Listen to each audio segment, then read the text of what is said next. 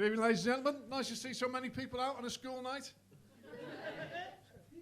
Anybody got kids? Any parents? There's got to be some parents. And there's some more mature members of the audience here. I've got kids.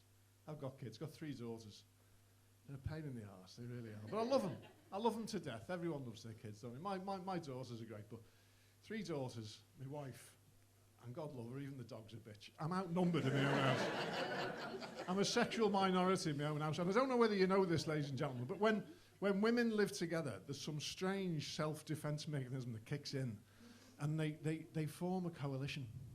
You know, like Charlie's Angels, or in my case, the Witches of Eastwick. and you can't say anything. I've not been right since 1995. And the littlest thing that you say just kicks off. You argue with one, you argue with the all. You know. That's a nice top. What do you mean, that's a nice top? I just said that's a nice top. You having a go at my top? No, I'm not. It's just a nice top. What's wrong with my top? And then another one kicks in. What's wrong with their top? No, there's nothing wrong with the top. I just said it's a nice top. And then the third one kicks in. What, are you having a go at their top? I'm not having a go at their top.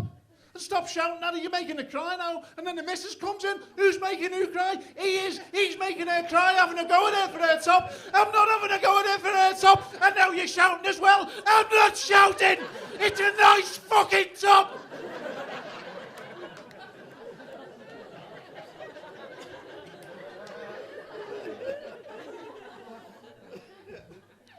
Well, why couldn't you just say it was a nice top?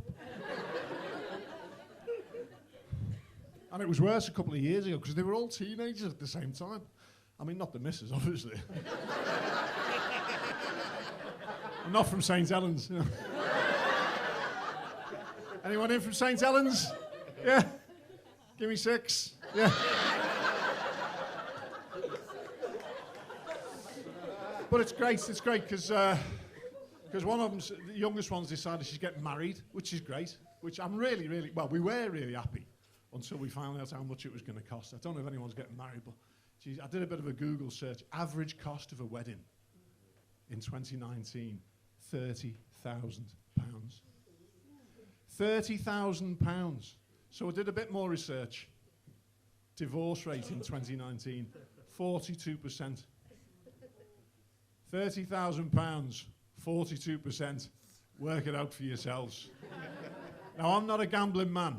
But if someone said to me, tell you what, we're going to stick 30 grand on the nose on a horse to win at evens, and you don't get to pick the horse, I wouldn't have it.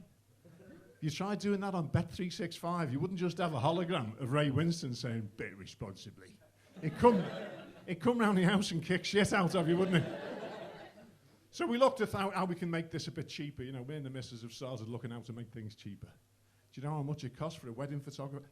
Over £1,000 for a wedding photographer. So, I mean, when me and the missus got married, my mate did it for a couple of pints and a curry. And he was qualified, right? He was a proper photographer. But he was a scenes of crime photographer. He wasn't used to working with the living. Which came in quite handy with the wife's family, to tell you the truth. But yeah, it got a little bit weird, you know. Once you got over the initial shock of him wearing like a shower cap and plastic bags on his feet, it wasn't that bad. But it got a bit weird when he came to the cutting of the cake and he insisted on photographing the knife separately. Put a little label on it and stuck in a plastic bag. Never saw it again. But the good thing is he wasn't phased. Didn't make a big fuss because a couple of weeks before the wedding, my Auntie Peggy died. And thanks. But he didn't make a big fuss because on the family photograph, he just put a white outline of where she should have been.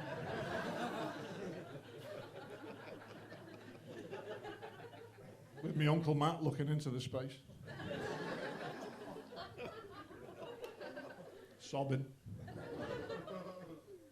Anyway, it's all going ahead. It's all going ahead, but it's not been easy. It's not been easy getting to this stage because, God love it, you know, 3 girls and they're all gorgeous. They're all good-looking girls, you know. And as a dad, you feel really protective of them. And over the years, there's been this steady stream of boys, basically, male attention, and it's not always wanted. And some of them just won't take no for an answer. They won't take the hint.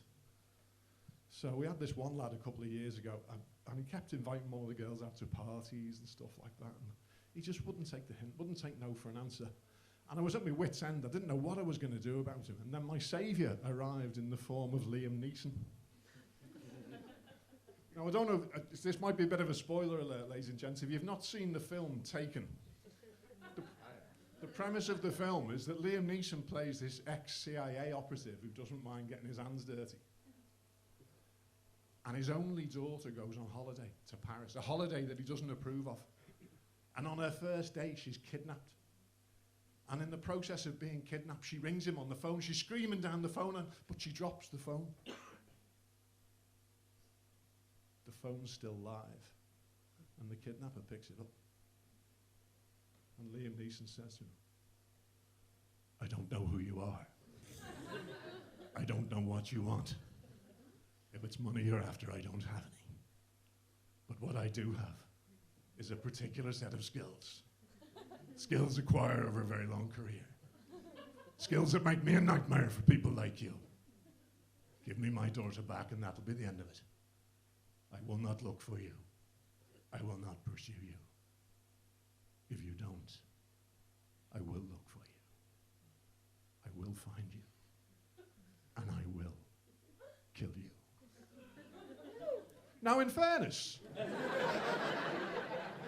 the lad took it quite well. But he was only 8, in fairness. Ladies and gentlemen, I've been Peter Edge. Nice to see you. Good night. Thanks very much indeed.